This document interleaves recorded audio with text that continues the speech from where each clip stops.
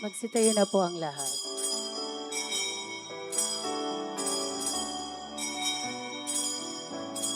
Masdan mo, Diyos, ang lingkod mo na nagbabalik loob sa iyo. Bagamat di marapat ay dumudulog sa'yo upang makamtan ang awa mo. Ang diwa ko'y naninimdim kung malayo sa'yo. Ang puso ko'y namimigati kung mawalay sa'yo. Kailan ko pa kaya matitikman ang awa mo? Kailan tatamuhin ang patawad mo? Sa ngalan ng Ama at ng Anak at ng Espiritu Santo, Amen. sumainyo ang Panginoon At sumainyo rin. upang tayo maging marapat sa banal na misang ito, halina't magsisimuna para sa ating mga kasalanan na pagkukulang. Tayo pong lahat, inaamin Inamin ko ko sa sa makapangyarihang makapangyarihang Diyos Diyos, at sa sa inyo iyo mga mga kapatid, kapatid, na na lubha akong lubha akong nagkasala nagkasala sa sa isip, isip, sa salita at salita sa at sa gawa, gawa, at sa sa aking aking pagkukulang. pagkukulang. Kaya Kaya sinasamo sinasamo ko sa ko sa mahal na mga Birheng Birheng Maria, Maria, sa sa lahat ng lahat ng mga mga anghel anghel at mga at banal, mga banal, at at sa sa inyo iyo mga mga kapatid, kapatid, na na ako'y ako'y panalangin pinalangin sa sa Panginoong ating ating Panginoon Diyos. Diyos. Kawaan tayo ng mapagmahal na Diyos, patawarin sa ating mga sala, at patnubayan hanggang sa buhay na walang hanggan. Amen. Panginoon, kaawaan mo kami. Panginoon, kaawaan mo kami. Kristo, kaawaan mo kami. Kristo, kaawaan mo kami. Panginoon, kaawaan mo kami. Panginoon, kaawaan mo kami. Yumuko tayo, maaaring ibulong sa Panginoon ang ating intensyon.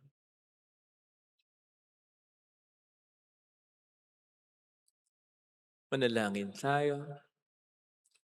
Ama naming makapangyarihan, sa pagganap namin sa 40 araw na paghahanda, ang aming kalooban ay iyong paging tapatin para sa pagdiriwang ng Pasko ng pagkabuhay, upang masaya naming maipahayag ang magandang balita ng iyong pagligtas sa pamamagitan ni Jesucristo, kasama ng Espiritu Santo magpasa walang hanggan.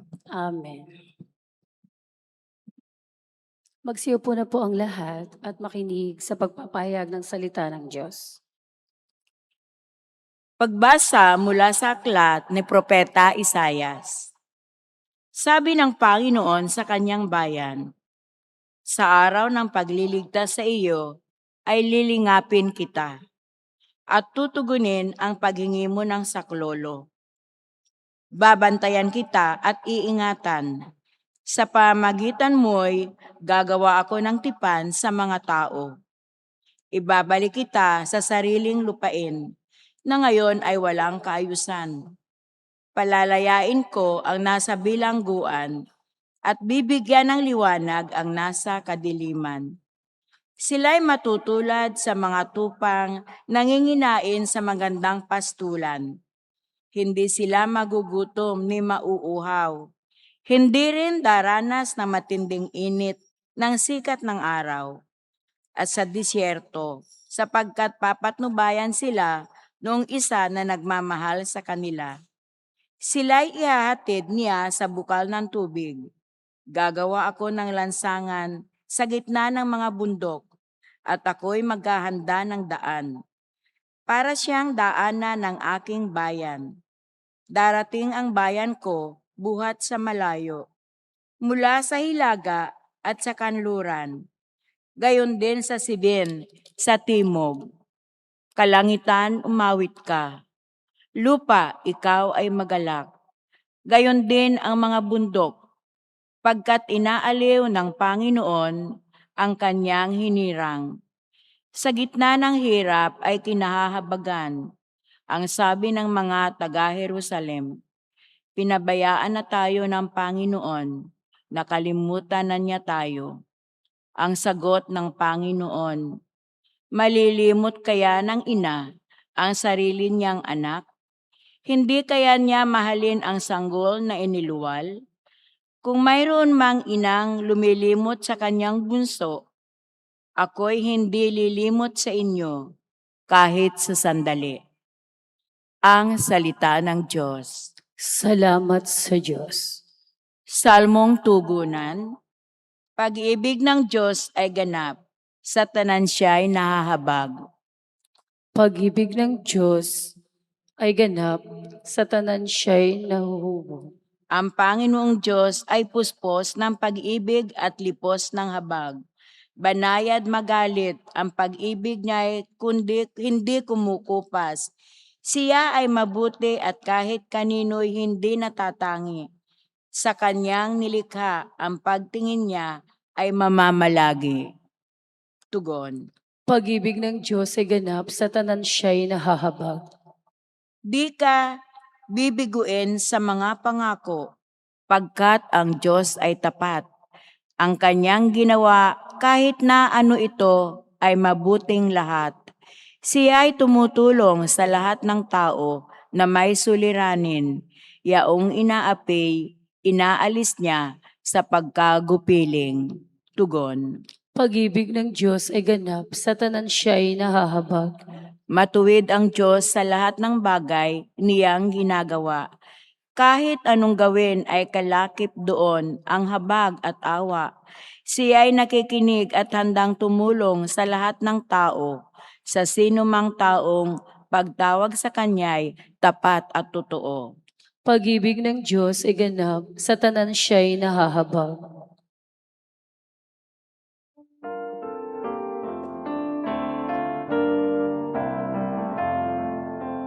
Di ba't sadyang may kapwa ang sarili, kapatainan ang pagsisilbi, at mamanghang ligaya'y dadalisay, pag sa kapwa buhay mo ay naalay.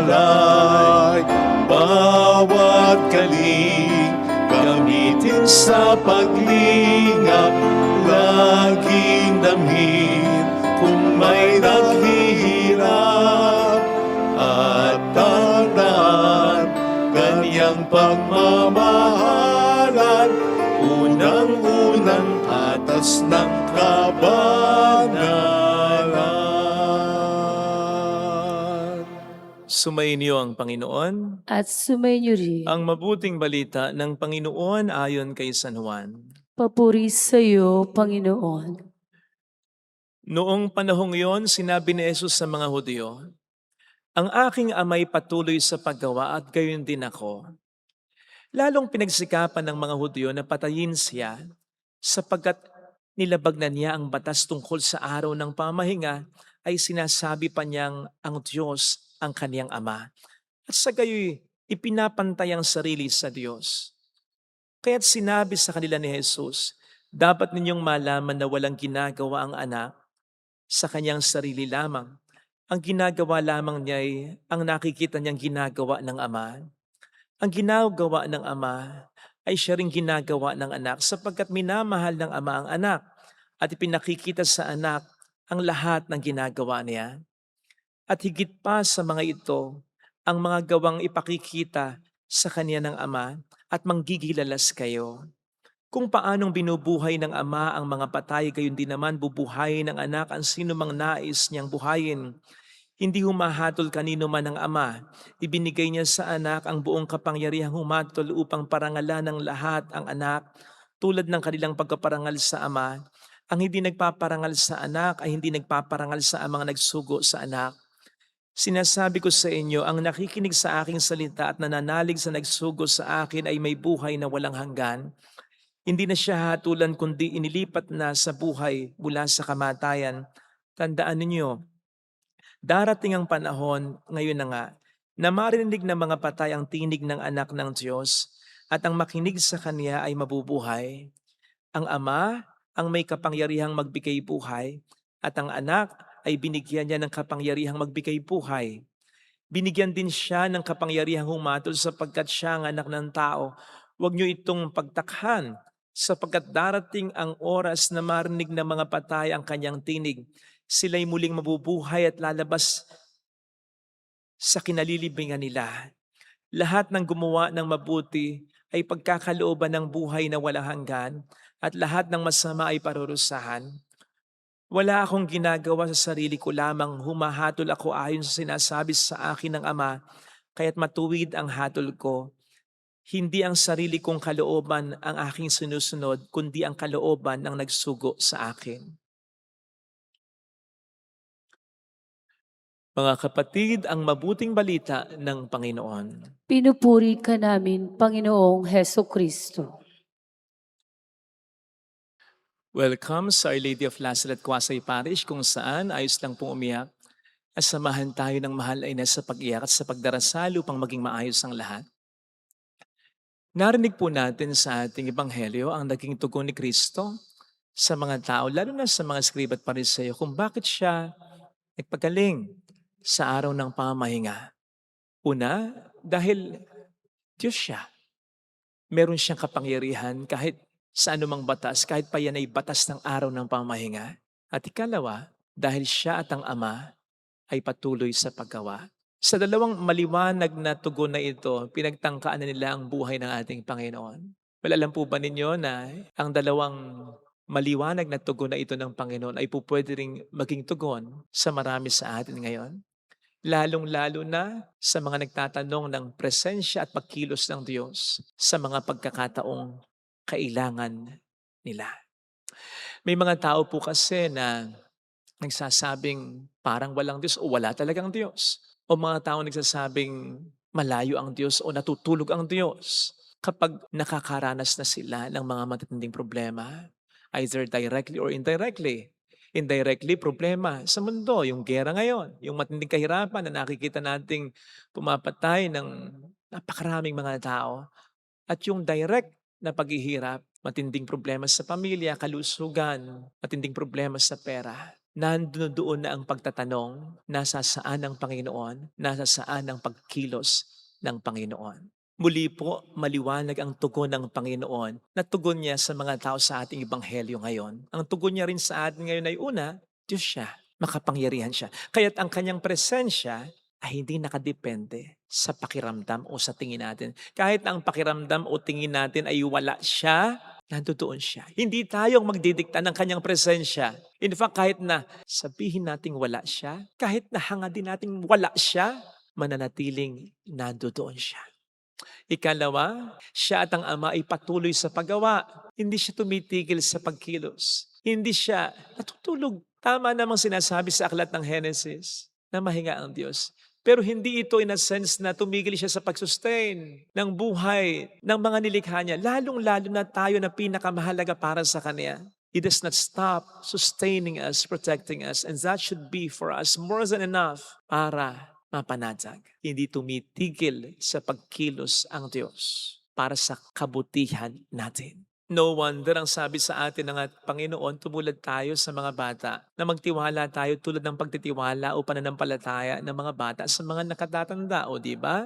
Ang mga bata, basta't nandyan ang magulang nila, ang guardian nila, panatag sila. Nandun ang pagtitiwala nila sa presensya ng kanilang mga magulang, sa presensya ng kanilang mga pinagtitiwala ang guardian na kailanman di sila iiwan. Basta't sinabi pa, lalo ng kanilang mga magulang or guardian, nandito ako, hindi kita pababayaan. Nandoon ang pagtitiwala agad ng mga bata. Hindi ba, minsan, nakita nyo na ang batang hindi makatulog, pero sabihan nyo lang, nandito ako, titingnan kita, babantayan kita, hindi ako matutulog.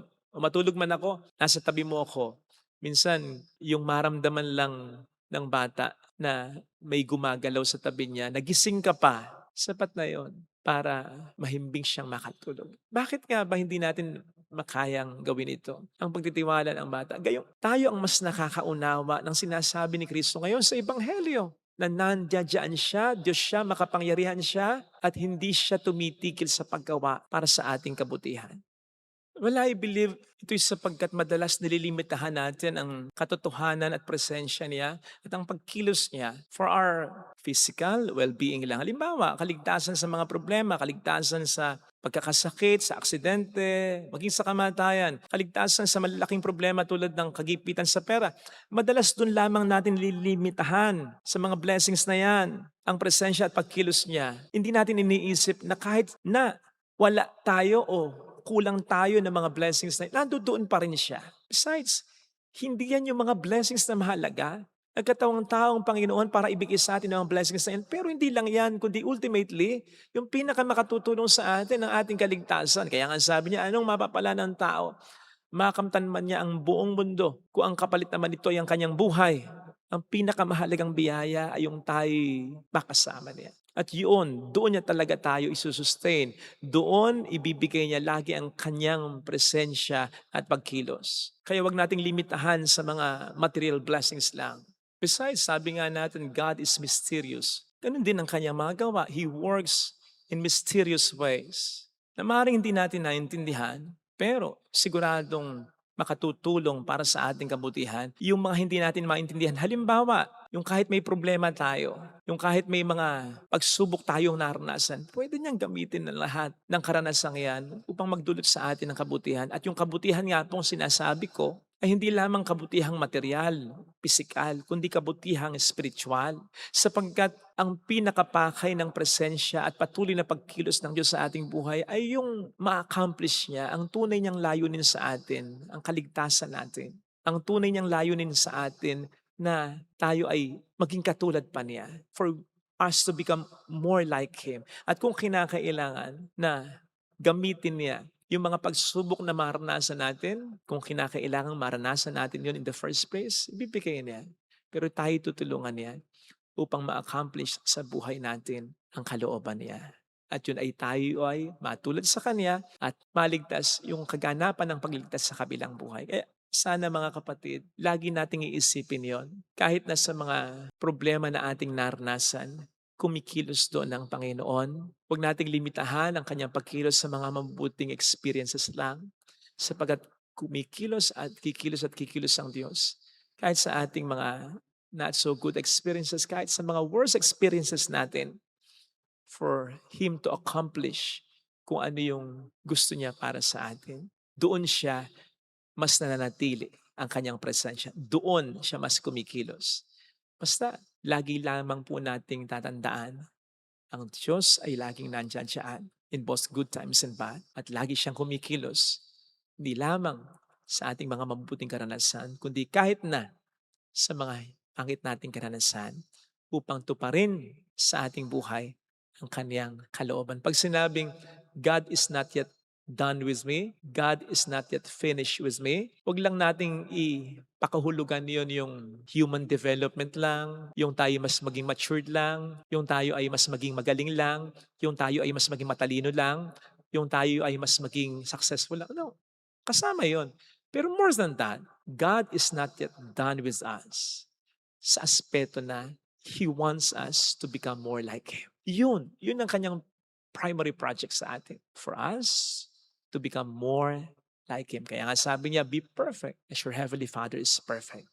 Kaya kahit na sa mga times na meron tayong problema, huwag nating pagdududahan ang kanyang presensya at ang kanyang pagkilos kasi pwede niyang gamitin ang ating mga pangit na karanasan para matupad sa atin ang kanyang kalooban. Kaya kahit sa mga pangit na karanasan ngayon, huwag nating kukwestiyonin ang presensya at pagkilos ng ating Panginoon. Amen. Lagay natin ang ating kanang kamay sa tapat ng ating puso.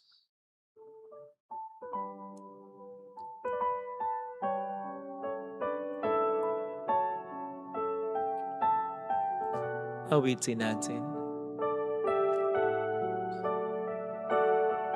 Alam kong may magagawa ang Diyos. Alam kong may magagawa ang Diyos. Alam kong may magagawa ang Diyos. Alam kong may magagawa Walang imposible sa iyo. ang Diyos. Kung ako'y magtatapat, Kung ako'y magtatapat, sa Kanya'y maglilingkod. Sa Kanya'y maglilingkod. Alam kong may magagawa ang Diyos. May magagawa ang Diyos. Alam kong di ringgin ng Diyos ang samo ko, Kung di sapagkat anak niya ako. ringgin ng Diyos ang samo ko. Alam kong di ringgin ng Diyos ang samo ko, Alam kong di ringgin ng Diyos sapagkat ang alam niya ang samo pinagdaraan. ko.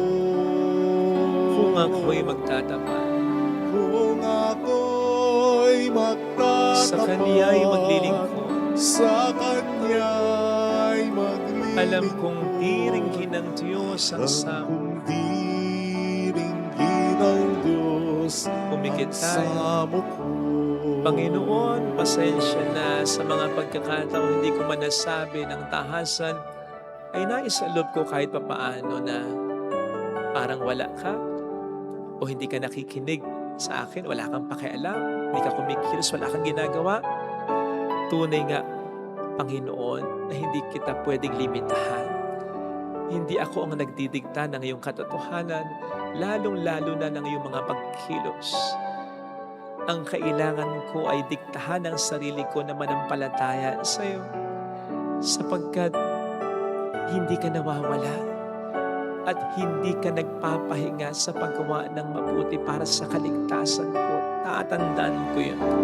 Mayroong Magandang mangyayari sa higit pa sa inaasahan mo, sapagkat mahal ka ng Diyos. Tandaan, kung lalapit ka kay Jesus, maaaring matagal, maaaring maging mahirap, pero magiging maayos din ang buhay. Mayroong magandang mangyayari sa iyo. mangyayari sa iyo. Kung lalapit kay Jesus, Kung lalapit kay Jesus. papuri sa Ama at sa Anak at sa Espiritu Santo, kapara na sa unang-una, ngayon magpakilanman, magpasawalang hanggan. Amen. Pag-aalay.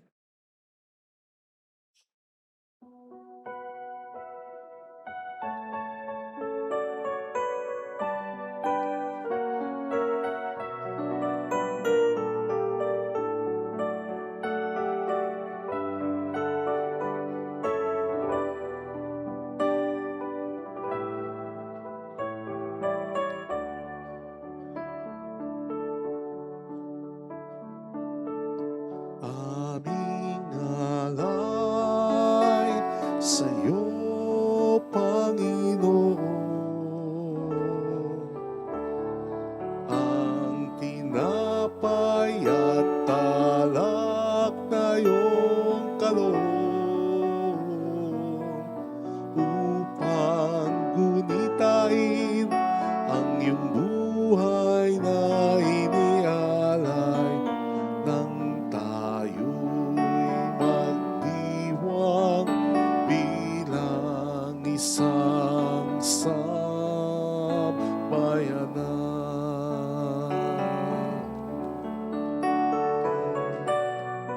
Ang tinapay, ito ang iyong laman, at ang alak, ito ang iyong dugo. Laman mo'y niyain upang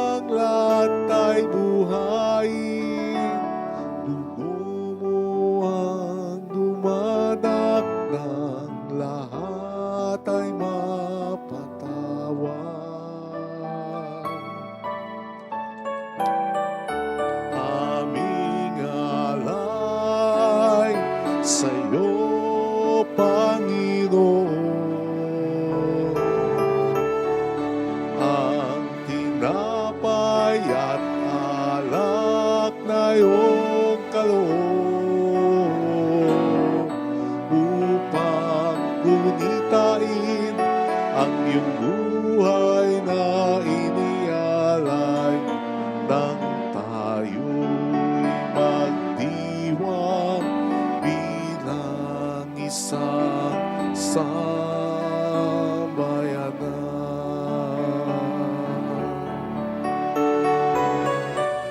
Hinirang na ina ang mahal na Birheng Maria,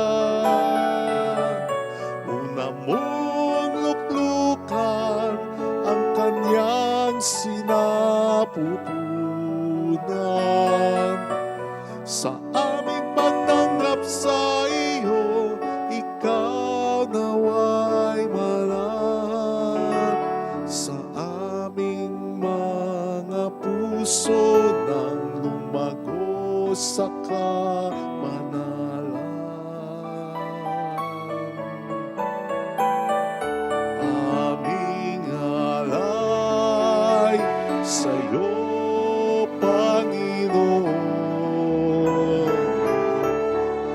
ang tinapay at alak na iyong kaloob upang gunitain ang iyong buhay na inialay nang tayo'y magdiwang bilang isang sambayanan.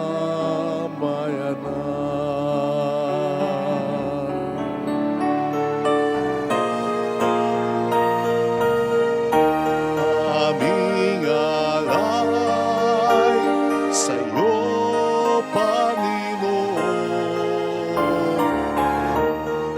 ang tinapay at alak na iyong kaloob upang gunitain ang iyong buhay na inialay nang tayo'y magdiwang bilang isang sambayanan.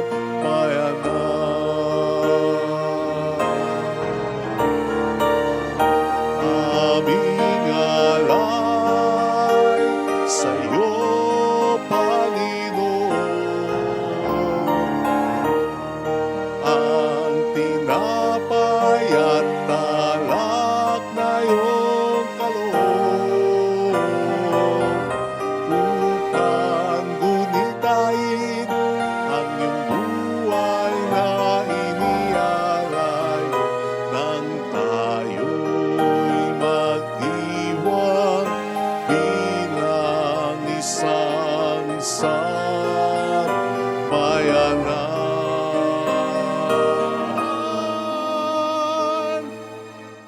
Nang tayo'y magdiwang bilang isang sambayanan.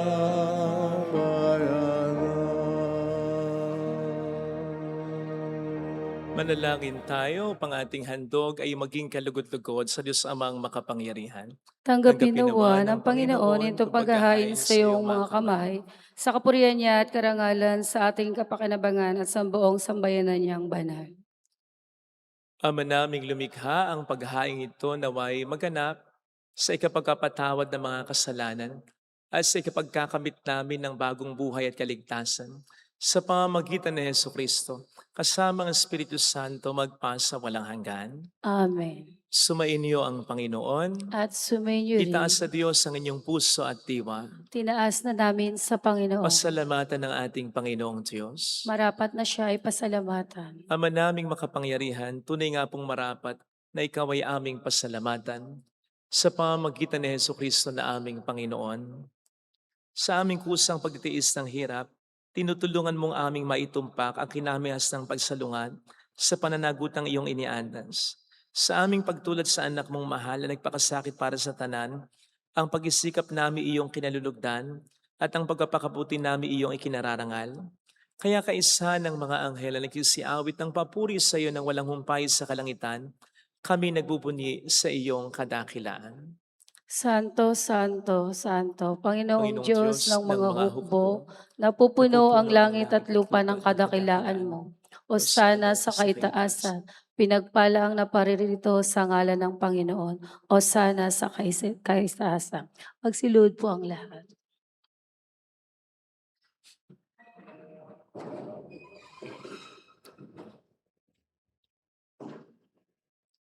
Ama naming banal, ikaw ang bukhal ng tanang kabanalan. Kaya't sa pamamagitan ng iyong Espiritu gawin mong banal ang mga kaloob na ito upang para sa amin ay maging katawan at dugo ng aming Panginoong Heso Kristo. Bago niya pinagtiis ang kusang loob na maging handog, hinawakan niya ang tinapay, pinasalamatan kaniya, pinaghati-hati niya iyon, iniabot sa kaniyang mga alagad at sinabi, "Tanggapin ninyong lahat ito at kanin. Ito ang aking katawan na iahandog para sa inyo."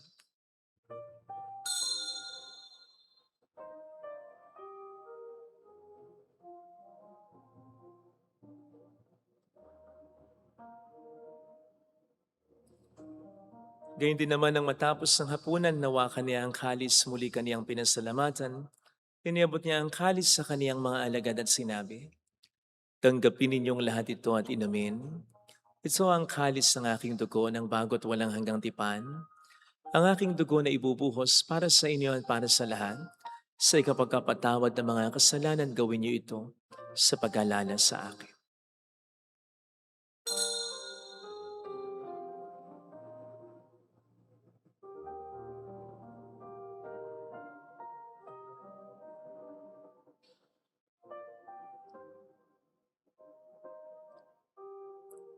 Ang misteryo ng ating pananampalataya, si Si Kristo'y Kristo'y namatay. namatay, si Kristo'y nabuhay, si Kristo'y babalik sa wakas ng panahon. Ama, ginagawa namin ngayon ang pag-alaala sa pagkamatay at muling pagkabuhay ng iyong anak. Kaya inialay namin sa iyo ang tinapay ng buhay at ang kalis ng kaligtasan. Kami nagpapasalamat dahil kami iyong minarapat na tumayo sa harap mo para maglingkod sa iyo. Sinasamo namin kami na magsasalo sa katawan at dugo ni Kristo ay mabuklod sa pagkakaisa sa pamamagitan ng Espiritu Santo. Ama, lingapin mo ang iyong simbahang laganap sa buong daigdig. Puspusin mo kami sa pag-ibig. Kaisa ni Leon na aming Papa, ni Dennis na aming Obispo at ang Tanang Kaparian. Alalahanin mo ang mga kapatid naming nahimlay nang may pag-asang sila'y muling mabubuhay. Kaawaan mo sila at patuloy sa iyong kaliwanagan. Lalong-lalo na ang aming mga ipagdarasal. Saglit nating ipagdasal ang ating mga kakilalang yumaon.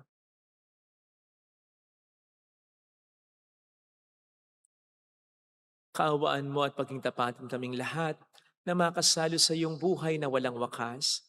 Kaysa ang mahal na Birhen ng Lasalet, ang ina ng Diyos, isanuse ang kabiyak ng kanyang puso lahat ng mga banal na namuhay dito sa daigdig ng kalugod-lugod sa iyo. May pagdiwang naman namin na pagupuri sa ikararangal mo sa pamamagitan ng iyong anak na aming Panginoong Hesukristo.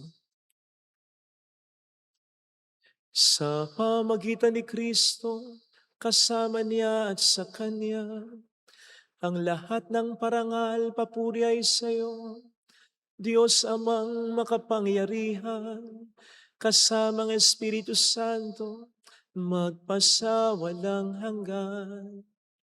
Amen.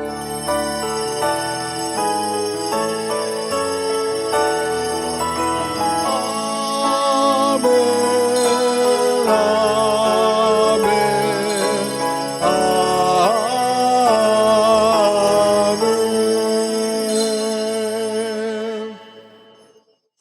Tumawag tayo sa ating Ama.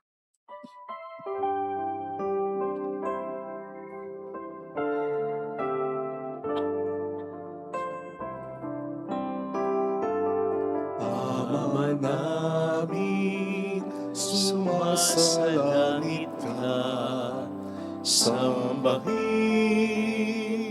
ang ngalan mo, mapasa amin ang kaharian mo, sundin ang loob mo dito sa lupa para ng sa langit. Bigyan mo kami ngayon ng aming kakanin sa araw-araw at patawarin mo kami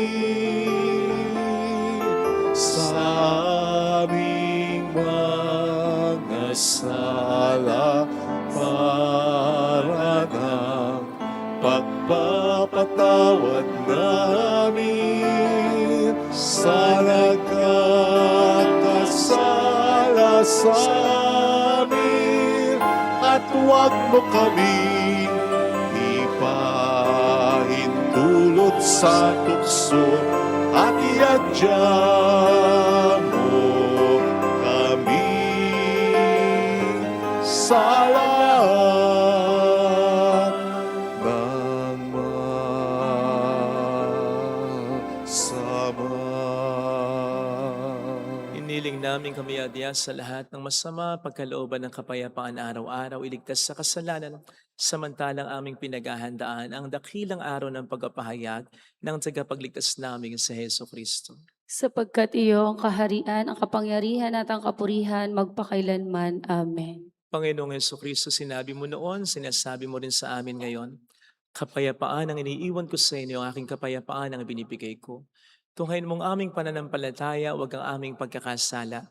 Pagkalooban mo kami ng kapayapaan at pagkakaisayon sa iyong kalooban, kasama ang Espiritu Santo magpasa walang hanggan. Amen. Ang kapayapaan ng Panginoon ay sumainyo nawang lahat. Sumayo. Magbigayan tayo ng kapayapaan sa isa't isa. Peace be with you. Kapayapaan. Peace be with you. Kordero ng Diyos na nag-aalis sa mga kasalanan ng sanlibutan, Maawa ka sa amin. Kordero ng Diyos na nag-aalis ng mga kasalanan ng sanlibutan, maawa ka sa amin. Kordero ng Diyos na nag-aalis ng mga kasalanan ng sanlibutan, pagkaloob mo sa amin ang kapayapaan.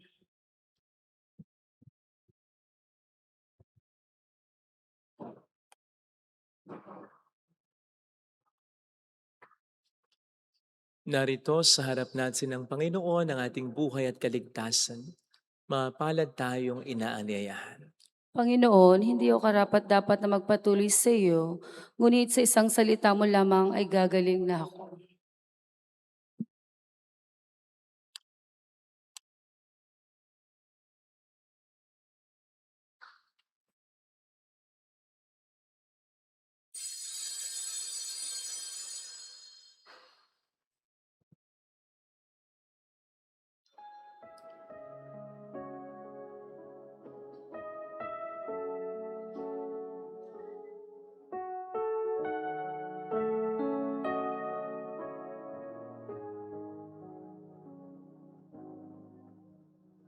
Mapapalad ang Panalangin para sa espiritual na pakikinabang.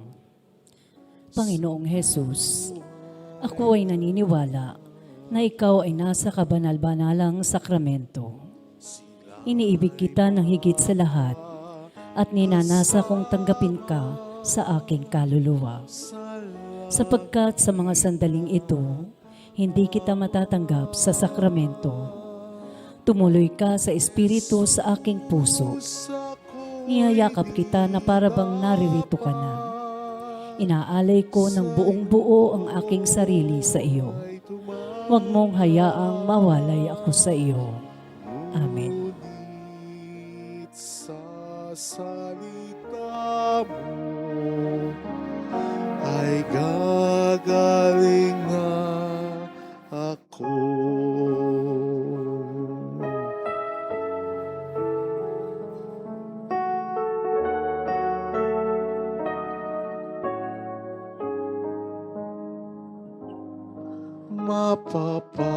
Mapapalad ang napis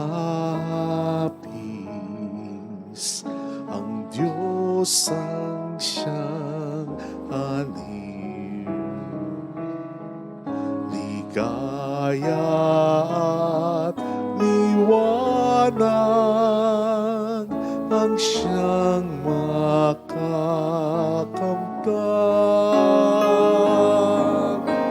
Jesus, ako'y di dapat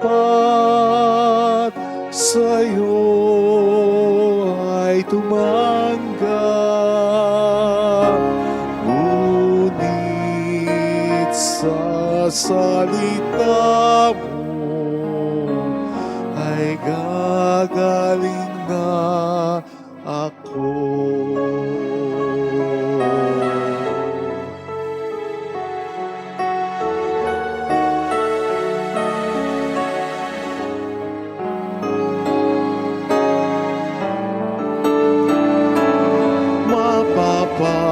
Mapapalad ang naawa sa taong dalita. Sila'y kakaawan at tutulungan niya. Jesus, ako'y di dapat sa'yo ay tumanggap. Ngunit sa salita mo ay gagaling na ako.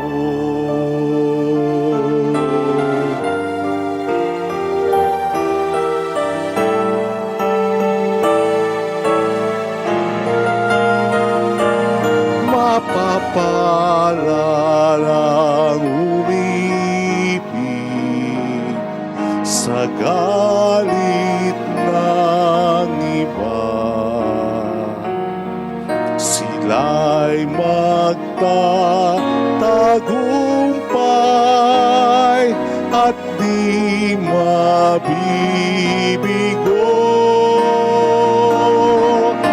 Jesus, ako'y di dapat sa'yo ay tumanggap. Ngunit sa salita mo ay gagaling na ako.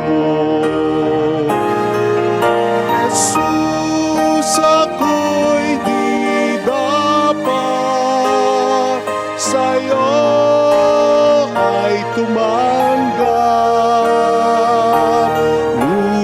Ngunit sa salita mo ay gagaling na ako.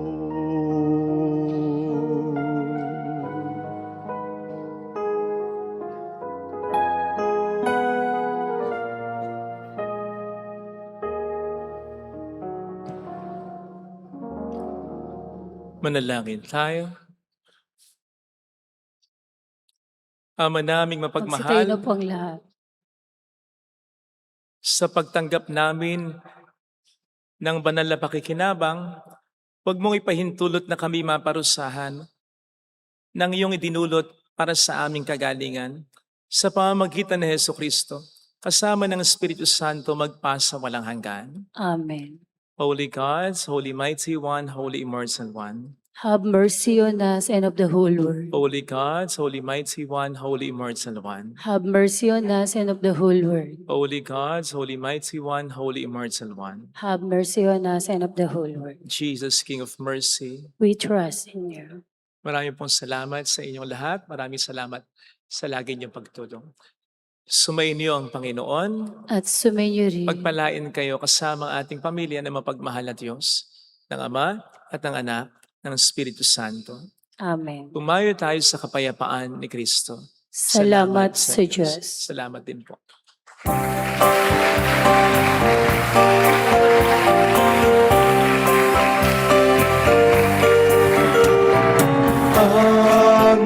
Aming inialay ang pag-ibig na walang kapantay. Okay, sarap mabuhay kung may nagmamahal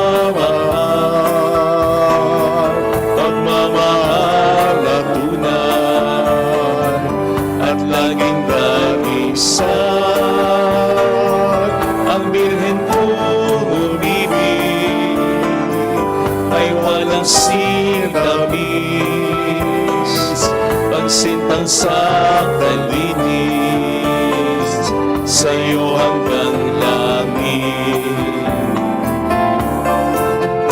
O Birhen, Birheng mahal,